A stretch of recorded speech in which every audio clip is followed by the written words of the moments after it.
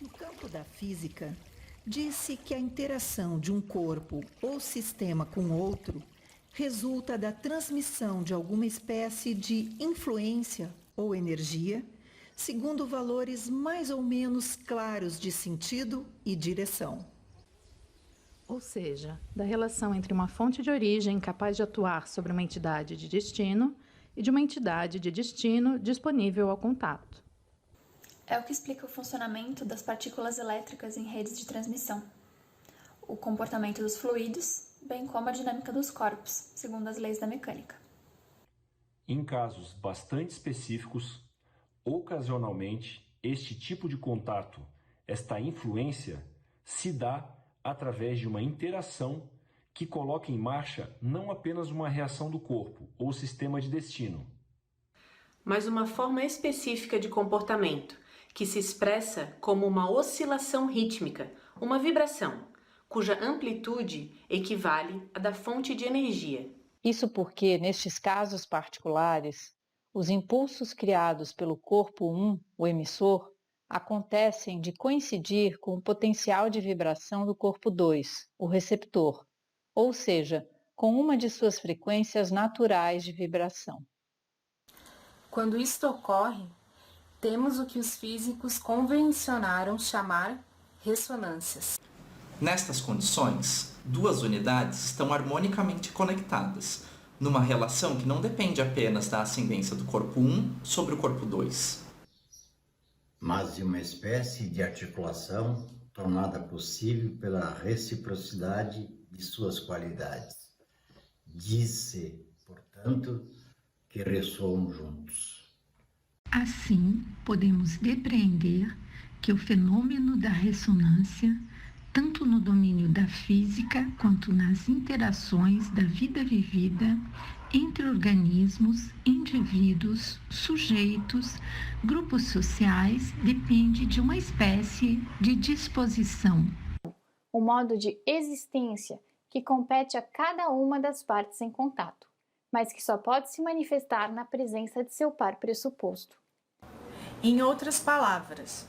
para que possa se estabelecer, a ressonância necessita que haja uma correspondência de qualidades modais entre as partes, que como potencialidade só se deixa acionar na performance realizante de um ajustamento.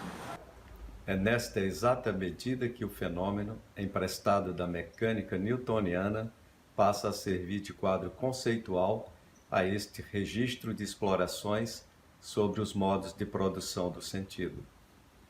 Ressonâncias semióticas constituem um esforço interinstitucional, colaborativo e transdisciplinar de investigação das formas distintas de manifestação do encontro entre as categorias analíticas da semiótica de Greimas e diferentes produtos do fazer criador humano. E tal aproximação depende de saída justamente do reconhecimento de uma predisposição ao sentido, que nutre e anima a experiência dos seres humanos enquanto seres de linguagem, ou seja, de uma disposição a significar o mundo à sua volta.